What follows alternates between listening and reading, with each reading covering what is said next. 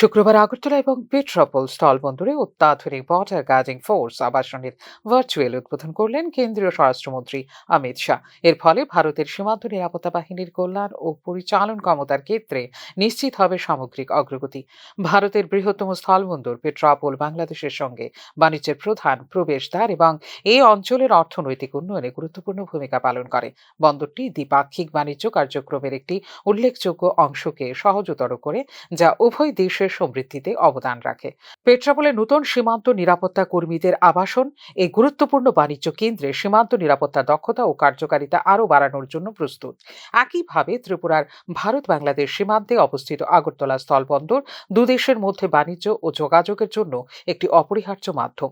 নতুন আবাসন সহ বন্দরের উন্নত সুবিধাগুলো দুদেশের বাণিজ্যিক বাড়িয়ে তোলার পাশাপাশি সীমান্ত ব্যবস্থাপনাকে সহজতর এবং স্থানীয় অর্থনীতিতে অগ্রগতি নিয়ে আসবে বলে আশা করছেন সংশ্লিষ্ট তথ্যবিজ্ঞ মহল।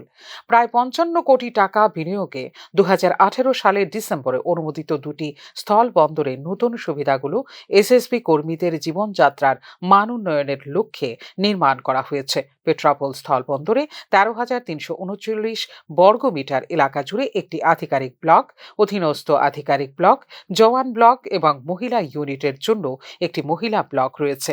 আধিকারিক ব্লকে ৫ জন অফিসার থাকতে পারবেন এবং একটি ডাইনিং এলাকা, রান্নাঘর এবং বিশ্রামের সুবিধা রয়েছে। অধীনস্থ আধিকারিক ব্লকে ২৪ জন কর্মী থাকতে পারবে। অন্যদিকে জওয়ান ব্লকে উল্লেখযোগ্য সংখ্যক জওয়ানের থাকার ব্যবস্থা রয়েছে, যেখানে রয়েছে উন্নত ও পর্যাপ্ত সুযোগ সুবিধা। আগরতলা স্থলবন্দরে সীমান্ত নিরাপত্তা কর্মীদের জন্য আবাসন ৮,০৯৩.৭ বর্গমিটার জুড়ে রয়েছে এবং সীমান্ত সুরক্ষা কর্মীদের যাবতীয় সুযোগ সুবিধা সম্পন্ন ব্লক রয়েছে। এখানে মহিলা ব্লকটি ৮ জন মহিলা জওয়ানের থাকার জন্য নির্মাণ করা হয়েছে, যেখানে তারা বসবাস করতে পারে স্বাচ্ছন্দ্যে। ৬৫৯ বর্গমিটার এলাকা নিয়ে আধিকারিক ব্লকটি ৫ জন আধিকারিকের জন্য আবাসিক সুবিধা প্রদান করে।